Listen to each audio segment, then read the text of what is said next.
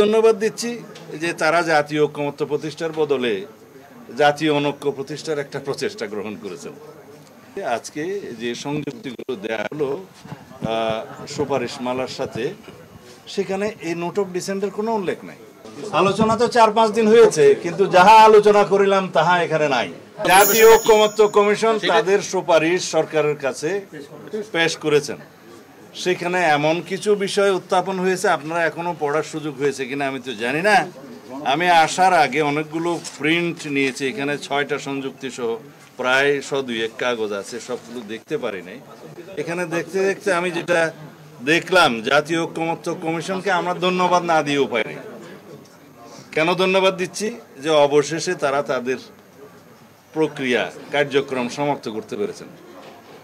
দ্বিতীয়বার ধন্যবাদ দিচ্ছি যে তারা জাতীয় ঐক্যমত্য প্রতিষ্ঠার বদলে জাতীয় অনৈক্য প্রতিষ্ঠার একটা প্রচেষ্টা গ্রহণ করেছেন। আমার মনে হয় যা কিছু প্রস্তাব ওখানে দেয়া হয়েছে, আপনারা যদি সেটা দেখেন তাহলে আপনারা দেখবেন যে জুলাই জাতীয় সনদ যেটা আমরা স্বাক্ষর করেছি, সেই স্বাক্ষরিত সনদের বহির্ভূত পরামর্শ বা সুপারিশ বহির্ভূত অনেক আদেশের যে সংযুক্তি, সেটা সংযুক্ত করা হয়েছে। জুলাই জাতীয় সনদ 84টি দফা সম্ভবত, সেখানে বিভিন্ন দফায় আমাদের এবং বিভিন্ন দলের কিছু ভিন্ন মত আছে, নোট অফ ডিসেন্ট আছে, সেটা পরিষ্কারভাবে সেখানে উল্লেখ করা আছে যে এই সমস্ত নোট অফ ডিসেন্টের বিষয়গুলো রাজনৈতিক দলসমূহ যারা দিয়েছে, তারা যদি নিজেদের নির্বাচনী ইশতেহারে উল্লেখপূর্বক ম্যান্ডেট প্রাপ্ত হয় তাহলে তারা সেইভাবে সেটা বাস্তবায়ন করতে পারবেন। সেটা এই প্রিন্টেড জাতীয় জুলাই সনদের যে বই এখানে আপনারা পাবেন, সমস্ত দফায় দফায় যেখানে যেখানে নোট অফ ডিসেন্ট আছে সেখানে আছে। অথচ বিস্ময়করভাবে আজকে যে সংযুক্তিগুলো দেয়া হলো সুপারিশমালার সাথে, সেখানে এই নোট অফ ডিসেন্টের কোনো উল্লেখ নাই। এবং গণভোট আয়োজনের ক্ষেত্রে তারা অবশ্য 2টা অপশন রেখেই বলেছেন যে আগে অথবা পরে হতে পারে, সেটা সরকার বিবেচনা করবে, হয়তোবা রাজনৈতিক দলসমূহের সাথে আবার আলোচনা হতে পারে। এখানে একটা নতুন বিষয় সংযুক্ত করা হয়েছে যে সংবিধান সংস্কার পরিষদের নামে একটা আইডিয়া এখানে সংযুক্ত করা হয়েছে, যেটা আগে জাতীয় ঐক্যমত্য কমিশনে কখনো টেবিলে ছিল না, আলোচিত হয়নি, এই বিষয়ে কোনো ঐক্যমত্য হয়নি। আমরা জানি আসন্ন যে নির্বাচনটা হবে, সেই নির্বাচনটা হবে জাতীয় সংসদের নির্বাচন। জাতীয় সংসদের সংসদ সদস্যগণ নির্বাচিত হবে। এখন সেই সংসদ সদস্যদেরকে যদি সংবিধান সংস্কার পরিষদের কার্যক্রম পরিচালনা করতে হয়, সেটা তো জাতীয় সংসদেই সিদ্ধান্ত নিতে হবে। এখন জাতীয় সংসদে কি সিদ্ধান্ত নিবে সেটা তো আলোচিত হয়নি জাতীয় ঐক্যমত্য কমিশনে।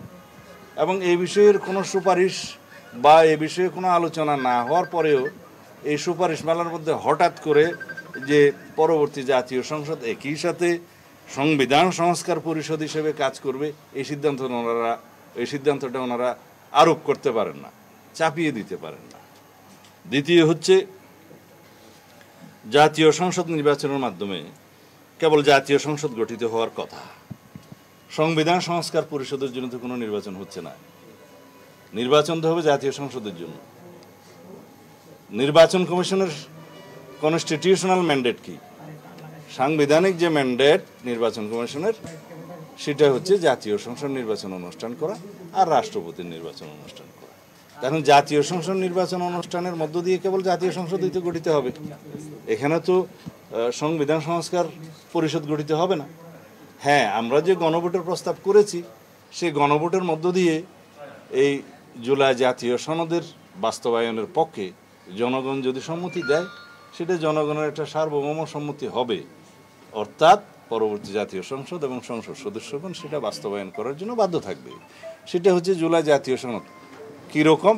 যেইভাবে জুলাই জাতীয় সনদ স্বাক্ষরিত হয়েছে ঠিক ওইভাবে, যেভাবে ঐক্যমত্য প্রতিষ্ঠা হয়েছে ঠিক ওইভাবে, উইথ নোট অফ ডিসেন্ট। এখন যে সমস্ত প্রশ্নগুলো আমি দেখলাম, এখানে বলা হয়েছে আপার হাউসে অর্থাৎ উচ্চ কক্ষে নিম্ন কক্ষের প্রাপ্ত ভোটের আনুপাতিক হারে আসনের মধ্য দিয়ে উচ্চ কক্ষ গঠিত হবে, এইরকম তো কোনো সিদ্ধান্ত হয়নি। সিদ্ধান্ত হয়েছে উচ্চ কক্ষ গঠিত হবে 100 সদস্যের। এবং তারা কিভাবে কোন পদ্ধতিতে নির্বাচিত হবে সেটার ব্যাপারে তো ঐক্যমত্য হয়নি। কেউ ভোটের অনুপাতে চেয়েছে, আমরা চেয়েছি নিম্নকক্ষের আসনের অনুপাতে। এখানে বলা আছে যেভাবে নোট অফ ডিসেন্ট দেয়া হয়েছে সেই নোট অফ ডিসেন্টগুলো নির্বাচনী ইশতেহারে উল্লেখপূর্বক যদি আমরা ম্যান্ডেট প্রাপ্ত হই, যে রাজনৈতিক দলসমূহ ম্যান্ডেট প্রাপ্ত হয়, তারা সেইভাবে সেটা বাস্তবায়ন করবে। তারপরে এখানে পিআরের ভিত্তিতে তারা প্রস্তাব সরাসরি করে ফেললেন এবং এখানে কোনো নোট অফ ডিসেন্টের উল্লেখ নাই। আর এখানে নাকি গণভোটে সেই প্রশ্নটা উত্থাপিত হবে যে ভোটের অনুপাতে, ভোটের প্রাপ্ত ভোটের সংখ্যা অনুপাতে পিআর অনুষ্ঠিত, এই জাতীয় উচ্চকক্ষ গঠিত হবে কি হবে না জনগণ মতামত দিবে, সেই বিষয়টা তো ঐক্যমত্য হয়নি। নোট অফ ডিসেন্ট আছে। আর দ্বিতীয় কথা হলো তাদের এখতিয়ারের বিষয়ে বলা আছে যে অর্থ বিল এবং আস্থা বিল বাদে, আস্থা ভোট বাদে সব বিষয়ে উচ্চকক্ষে উত্থাপন করা হবে। এইখানেও কর্মপরিধি, কার্যপরিধি সংক্রান্ত নোট অফ ডিসেন্ট আছে যে উচ্চকক্ষ যেহেতু নির্বাচিত নয় সরাসরি, সেই ক্ষেত্রে সংবিধান সংশোধনী সহ অন্যান্য বিষয়গুলো তারা বিবেচনা করতে পারেন না। জনগণের সরাসরি নির্বাচিত প্রতিনিধি ছাড়া সংবিধান সংশোধনের এখতিয়ার কারো নেই। তো এই বিষয়গুলো আলোচিত হওয়ার পরেও, নোট অফ ডিসেন্ট থাকার পরেও তারা সরাসরি সংযুক্তিতে, এই আদেশের সংযুক্তিতে তারা রেখেছেন। এগুলো কোনোভাবে বিবেচনা করা যায় না।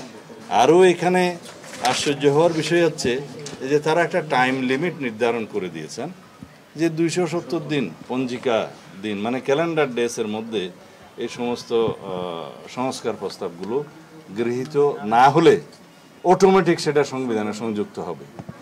এটা একটা হাস্যস্কর ব্যাপার।